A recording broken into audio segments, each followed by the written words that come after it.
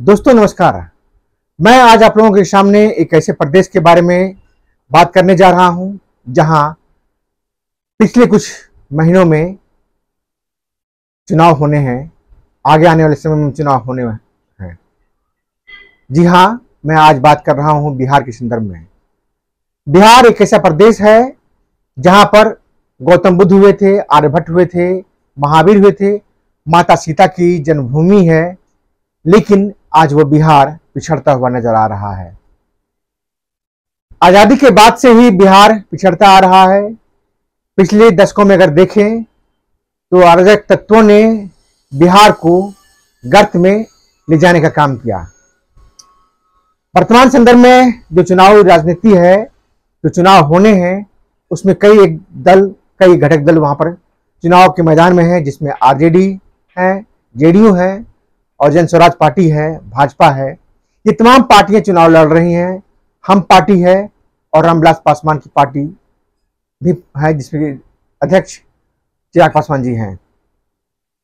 लेकिन इसमें आरजेडी पूरी जोर तोड़ से मेहनत करने की कोशिश कर रहे हैं।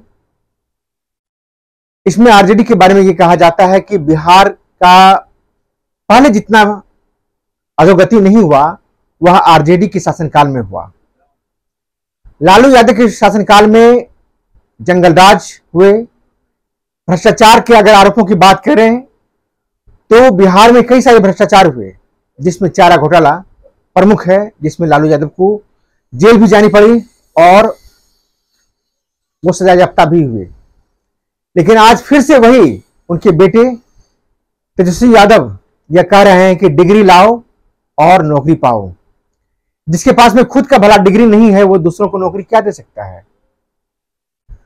जिसके पिता खुद सजा याफ्ता रहे हैं, जो नौकरी के बदले जमीन लेते रहे हैं। जब लालू यादव रेल मंत्री थे तो नौकरी के बदले जमीन लेते रहे।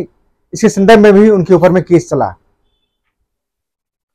और बिहार में एक घोटाला नहीं हुए, बिहार में कई सारे घोटाले हुए। अलकतरा घोटाला हुआ, वर्दी घोटाला हुआ, ट्रेजरी घोटाला हुआ और चारा घोटाला हुआ।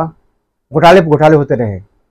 जो उद्योग थे, कारखाने थे, कागज उद्योग था, खाद का कारखाना था, चीनी मिलें थी, वो सारे बंद हो गए। लालू यादव से पहले जगन्नाथ मिश्र थे, उनके बारे में ये कहा जाता है कि वो सुबह जब ब्रश करते थे, ब्रश करने से पहले उनको 5 लाख की थैली दर्शन होने चाहिए, तभी वो ब्रश करते थे। उनके संदर्भ में ये बातें कही जाती थी उस जमाने में। लेकिन आज जो है बिहार से तमाम होनहार जो युवक हैं वो बिहार से पलायन करने को मजबूर हैं। उसकी वजह यह है कि वहां पर रोजी रोजगार की कोई संभावनाएं नहीं है। अगर बीते सालों की बात करें तो नीतीश कुमार जी बिहार को पटरी पर लाने का काम कर रहे हैं। वो बिहार को विकास की राह में खड़े कर रहे हैं, वहां पर उद्योग लगाए जा रहे हैं। लेकिन अगर ये कोई नौवीं फेल अगर ये कहता है कि डिग्री लाओ और नौकरी पाओ, ये कहां तक चरितार्थ होता है आप खुद सोच सकते हैं कि आखिर उनकी वास्तविकता क्या रहेगी, वो क्या करेंगे। जो नौकरी के बदले जमीन लेते थे, जिसके फादर नौकरी के बदले जमीन लेते थे, तो आज की युवा भी आप सोच सकते हैं वो क्या करेंगे। तो आप सभी से गुजारिश है कि आप अपने विवेक पर ध्यान दें, अपने आप को हुनरमंद बनाएं। सरकार सबको नौकरी नहीं दे सकती है।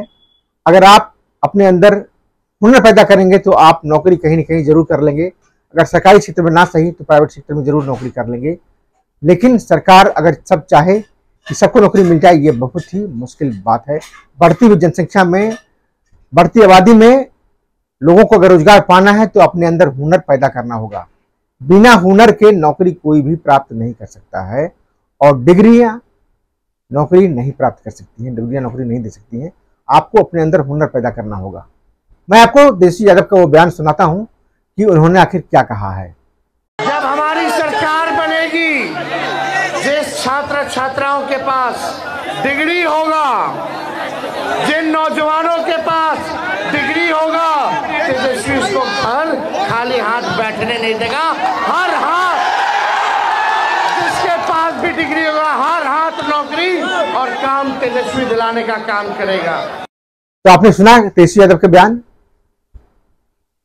आप अपने अंदर हुनर पैदा कीजिए और नौकरी प्राप्त कीजिए। कोई डिग्री लेकर के नौकरी आपको नहीं दे सकता है। बढ़ती हुई जनसंख्या में आपको नौकरी अगर पाना है तो अपने अंदर जो है हुनर पैदा करना होगा, तभी आप नौकरी कर सकते हैं। अन्यथा सरकार के भरोसे तो कुछ भी नहीं हो सकता है, क्योंकि सरकार खुद जनता के भरोसे चुनाव जीत रही है और उनका चुनाव कोई न कोई सत्ता में रहेगा ही, सत्ता हासिल करेगा ही। विकास आप देख पा रहे हैं कि विकास कितना हो पा रहा है।